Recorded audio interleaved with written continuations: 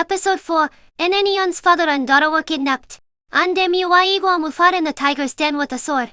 As mentioned earlier, Muwaigwamu gained the trust of Enenion Zongyu and was appointed as the Internal Affairs Secretary. What happened though? This book will talk about the story of Muwaigwamu and the Enenion family. In January 2025, there was more than half a year before the Longzhuan sword was released. At that time, Enenion Songzu and her father Enenion Zongyuan were kidnapped, and they were imprisoned in a cave. The cave was a natural cave on the cliff, and the space inside the cave was as big as a basketball court, but the entrance was very small, and a person had to crouch down to pass through. The entrance was more than 3 meters above the ground, and a wooden ladder was erected to enter and exit the cave. Below the entrance was a large sandy river beach, and in front was a large river. In the cave, there were some grenades, a telescope, tableware, canned food and other food piled on the ground. Monitoring them were 4 kidnappers wearing helmets, with grenades and daggers on their waists and automatic rifles on their shoulders. From their conversation, we know that outside, there is a mobile sentry under the cave entrance, and a secret sentry on each side of the cliff. Across the river is a mountain, and the main force of the kidnappers is a small team of mercenaries hiding in the forest on the hillside across the river. Hearing the sound of helicopters faintly coming from a distance, the father and daughter knew that the rescue operation had begun. However, the terrain here made them desperate. In fact, because of this, the kidnappers in the cave were not nervous. 2 kidnappers put their guns aside and squatted on the ground to make coffee with an alcohol stove. When the father and daughter looked out of the cave, the kidnappers only warned them not to move, because there were mortars on the opposite Mount Moore, which would bombard the cave, and then everyone would die together. Suddenly, the sound of submachine gun bursts was heard outside. At the same time, accompanied by the sound of something hitting the ground, something, like an elf wrapped in a ball of white mist, rolled into the cave from outside. Everyone turned their eyes to the cave entrance. When they saw that it was a person, the person's sword had been unsheathed, and he chopped off the head of a kidnapper who was making coffee. The figure jumped up in the white mist, kicked over to kidnappers who were about to shoot, and when he landed, he chopped over another kidnapper who was making coffee, and kicked the alcohol stove and the pot of coffee away. He jumped up flat on the ground, and the sword flashed twice. In a few seconds, all the bandits fell to the ground. The men rushed to Enenion Songzu's side and cut the rope that tied her hands behind her back, while reporting to the walkie-talkie in his chest pocket, "This is Muwaigwamu." Among the 3 members of the assault team, 2 were suppressed by firepower and stopped on the way. 1 successfully broke into the cave. The rescue in the cave has been completed and everyone is fine. The kidnappers are armed mercenaries, armed with automatic rifles and grenades. The 4 people in the cave have all been killed. Start to eliminate the kidnappers outside the cave. Request reinforcements as planned. Request armed helicopters to destroy the heavy weapons on the opposite mountain. Request to stop the mercenaries from crossing the river for reinforcements. Report completed. The person who broke in to save them was Muwaigwamu. Before Enenion Songzu could speak, the man threw down a sentence. "Help the old man untie the rope, and then hide in the deepest part of the cave. Don't get close to the cave entrance." He turned around and rushed to the cave entrance. He threw 2 grenades picked up from the ground out of the cave entrance. As soon as the grenade exploded, he took the submachine gun he had taken from the bandit and leapt out of the cave like an eagle spreading its wings. Enenion Songzu cut the rope that tied her father's hands behind his back and let her father hide in the depths of the cave. The sound of alternating rapid-fire submachine guns came from outside the cave. She picked up the submachine gun from the ground and rushed to the cave entrance. In the field of vision, near the cave entrance, Muwaigwamu's sword was flying, and he was fighting with 2 bandits with guns and daggers on his back. On the riverbank in front, there was a bandit lying on the ground aiming. She fired a burst of shots and the kidnapper stopped moving. The bullets shot from outside smashed the cave entrance into pieces.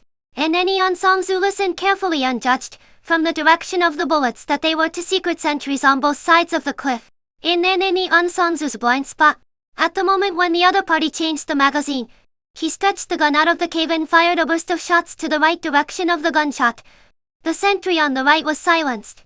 She pointed the muzzle of her gun at the approximate position of the sentry on the left and fired all the bullets. Amid the fierce shooting from the sentry on the left, she changed the magazine and grabbed a grenade.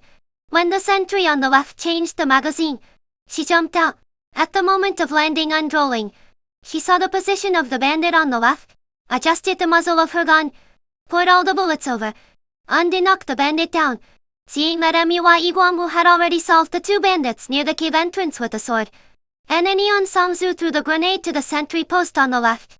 After MUI Guangwu and Ananion Songzu each fired another round of bullets at the sentry post on the right, the surroundings became silent. Seeing MUI Guangwu grab a rope hanging from above and swing back to the cave entrance, Ananion Songzu understood that he had come down from the cliff with the rope. She also grabbed the rope and swung into the cave entrance. Seeing that MUI Guangwu was standing unsteadily and the cave and fell to the ground, she realized that he was injured, and the left leg of his pants was stained with blood. "It's okay. My leg was scratched by the bullet fired by the secret sentry. It's a superficial wound," he said as if nothing had happened. She lay on the ground and reported on the intercom. "This is MUI Guangwu. The mission is completed, and everyone is fine. The 4 kidnappers in the cave and the 4 outside the cave were all killed. Everyone is waiting for support in the cave. Report completed." Ananion Zhong Yilang took the intercom. "I am Ananion Zhong Yilang. The sergeant sent to rescue was injured, with a gunshot wound in the thigh, and he is conscious. Please send a medical emergency team with the helicopter as soon as possible." Ananion Songzu, who was doing emergency hemostasis and bandaging, rolled his eyes at his father. "What sergeant sent? He is my college classmate. I told you about it. You saw him at the academy. Or did you recruit the astronauts through interviews? Don't you recognize him?" Ananion Zhong Yilang was shocked and came over quickly. He saw that it was MUI Guangwu and apologized. "It was dark in the cave. I didn't recognize him in a panic. It was really MUI Guangwu. I'm very sorry." He turned to his daughter and said, "I asked the hospital to arrange for her to stay in my special ward. You can take care of her in the hospital these days." He turned to MUI Guangwu and said, "Just rest assured and heal your wounds. Don't think about anything. You eat even though the company has arranged it for you. I don't need anything. I just ask Uncle." Mikino's noodle said melancholy, "Don't terminate my astronauts because of my injuries. I have nothing to do. I don't want to see anyone in trouble again. After you are discharged, you will report to the secretary of the group headquarters and give me a close secretary. Home has been studying on training for so many years. For the sake of life, you repay." Ananion Zhong thought about it, saying to her daughter, "Let the girl say this. Do not say an exception. And don't you just worry about MUI Guangwu again." Ananion Zhong Yilang turned to MUI Guangwu and said, "Let's do this. First, I promise you, astronauts and heaven. Second, from today on, you are also my secretary. If there is something important in the company, you will stay in the secretary's office or accompany me out. If there is nothing else, you can go back there for training. But don't push yourself. Just recover little by little and don't get injured during training." He added, "I will arrange someone to help you with the specific work of the secretary. You just need to get familiar with it slowly. Thank you for your special care, Uncle. I will follow your instructions."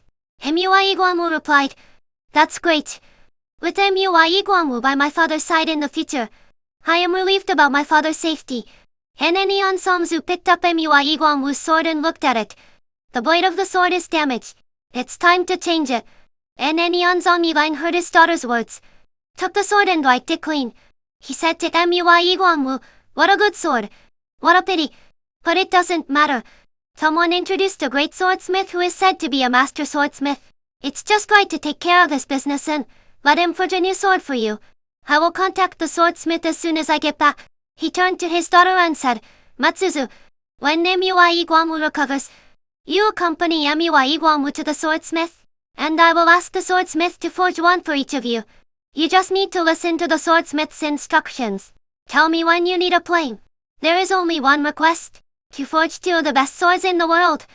"Thank you, Dada," Ananion Songzu said, "but is it so exaggerated to forge 2 swords?" While they were talking, a call came from the intercom. "The periphery has been cleared by armed helicopters. And safety has been confirmed. The helicopter carrying the emergency medical team has landed nearby." And then the team members set up ladders and go up from the ground to pick up the wounded first. "Understood. The wounded are in stable condition. Please proceed according to the established plan," Ananion Zhong Yilang replied.